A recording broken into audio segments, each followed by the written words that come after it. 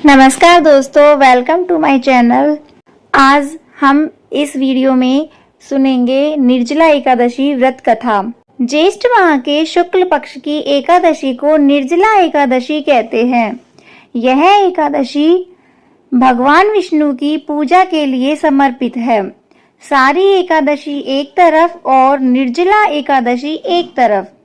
आपको बता दें कि निर्जला एकादशी का व्रत बहुत ही पुण्यदायी होता है। इस व्रत की बहुत महिमा है। कहा जाता है कि सभी एकादशी व्रत का पुण्य यह निर्जला एकादशी व्रत दे देता है।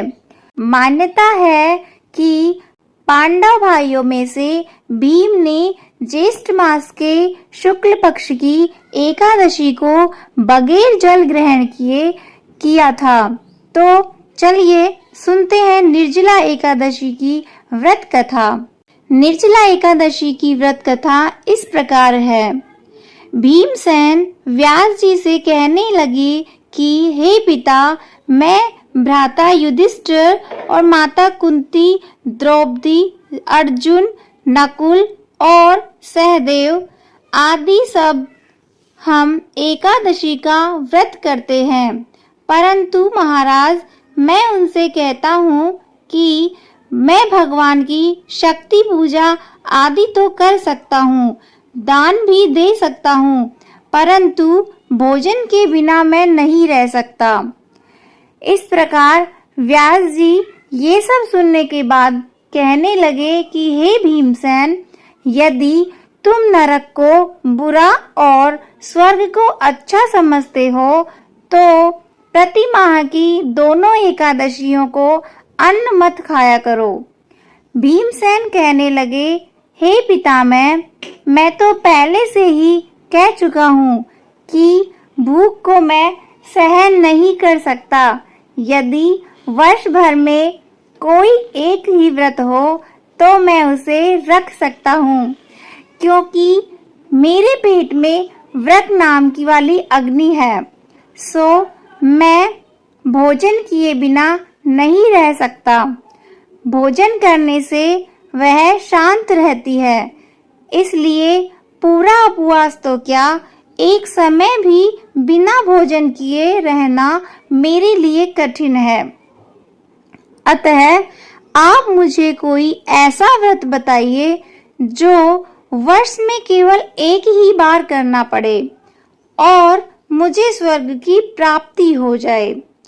श्री व्यास जी कहने लगे कि हे पुत्र, बड़े बड़े ऋषियों ने बहुत शास्त्र आदि बनाए हैं, जिसमें थोड़े परिश्रम से ही स्वर्ग की प्राप्ति हो सकती है।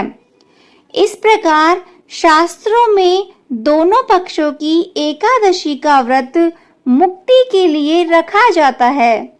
व्यास जी के वचन सुनकर भीमसेन नरक जाने के नाम से ही भयभीत हो गए और कांप कर कहने लगे, अब मैं क्या करूं? मास में 2 व्रत तो मैं नहीं कर सकता। हाँ, वर्ष का एक व्रत करने का प्रयत्न अवश्य कर सकता हूँ।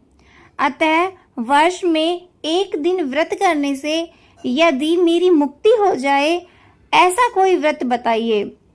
यह सुनकर व्यास जी कहने लगे कि वृषभ और मिथुन की शक्ति के बीच ज्येष्ठ मास के शुक्ल पक्ष की जो एकादशी आती है उसका नाम निर्जला है। यदि तुम उस एकादशी का व्रत करो, इस एकादशी के व्रत में स्नान और आचमन के सिवा जल वर्जित है। आचमन में 6 मासे से अधिक जल नहीं होना चाहिए, अन्यथा वह मद्यपान के सदृश हो जाता है।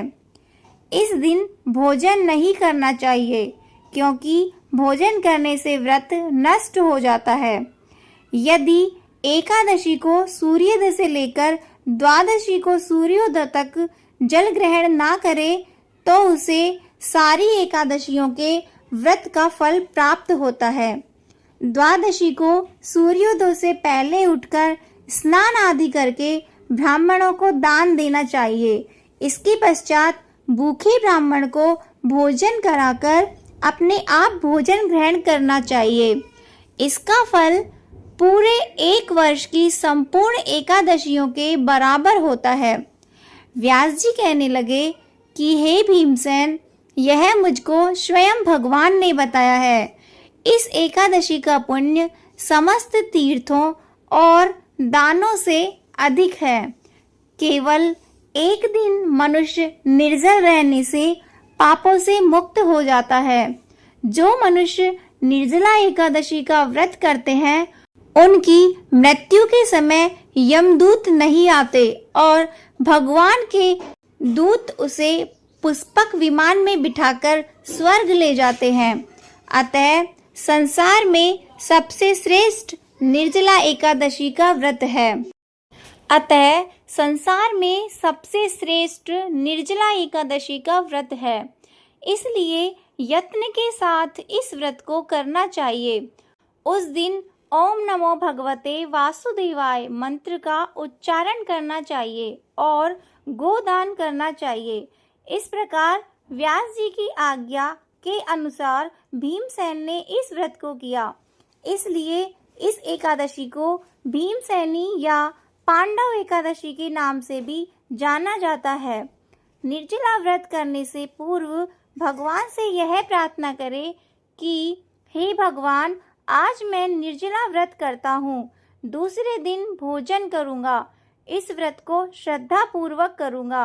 अतः आपकी कृपा से मेरे सब पाप नष्ट हो जाएं। इस दिन जल से भरा हुआ एक घड़ा वस्त्र से ढककर स्वर्ण सहित दान करना चाहिए। जो मनुष्य इस व्रत को करता है, उनका करोड़ों पल सोने के दान का फल मिलता है और इस एकादशी के व्रत से मनुष्य विष्णु लोक को प्राप्त होता है।